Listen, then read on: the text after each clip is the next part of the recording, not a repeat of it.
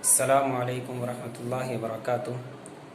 دوستو، کل میں نے آپ کی خدمت میں جو ویڈیو پیش کی اس میں میں نے وضو کی سنتیں بیان کی، اور انشاءاللہ آج کی اس ویڈیو میں جو میں آپ کی خدمت میں پیش کروں گا وہ وضو کے مستحبات پیش کروں گا کہ وضو میں کتنی چیزیں مستحب ہیں اور مستحب کسے کہتے ہیں اور مستحب کا فائدہ کیا ہوتا ہے۔ تو میں پہلے یہ بتا دوں کہ وضو میں کتنی چیزیں مستحب ہیں۔ تو وضو میں 5 چیزیں مستحب ہیں، لیکن مستحب کا مطلب کیا ہے تو میں یہ بھی آپ کو بتا دوں۔ مستحب کا مطلب یہ ہے کہ ان کاموں کے کرنے سے وضو میں جو ثواب ملتا ہے اور وضو میں جو فضیلت بتائی گئی ہے اس کا ثواب زیادہ ہو جاتا ہے۔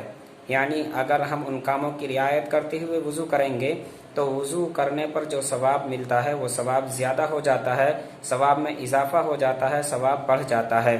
تو وضو کے جو مستحبات ہیں وہ صرف 5 چیزیں وضو میں مستحب ہیں، جن میں سے نمبر 1 دائیں طرف سے وضو شروع کرنا۔ دائیں طرف سے یعنی رائٹ طرف سے اور سیدھی طرف سے وضو شروع کرنا۔ نمبر 2 گردن کا مسح کرنا، اور نمبر 3 وضو کے کام خود کرنا، کسی دوسرے سے وضو کے کام میں مدد نہ لینا، یعنی صرف اپنے آپ اپنے وضو کے کام کو انجام دینا۔ نمبر 3 قبلے کی طرف منہ کر کے وضو کرنا، یعنی قبلہ رو ہو کر بیٹھنا اور قبلے کی طرف منہ کر کے وضو کرنا۔ اور نمبر 5 پاکی اور اونچی جگہ، یعنی پاک جگہ ہو جس پر بیٹھ کر وضو کرے اور وہ جگہ تھوڑی اونچی ہو جس پر بیٹھ کر وضو کرے۔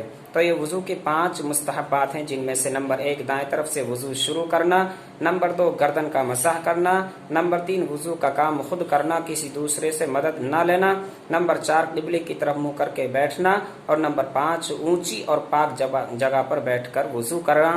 انشاءاللہ کل کی ویڈیو میں وضو کے مکروہات آپ کی خدمت میں پیش کروں گا، اس لیے میں آپ سے درخواست کرتا ہوں کہ آپ ثواب کی نیت سے اس ویڈیو کو زیادہ سے زیادہ شیئر کریں تاکہ دوسرے لوگ بھی اس سے استفادہ کر سکیں اور دین کی باتیں سیکھ سکیں۔ السلام علیکم۔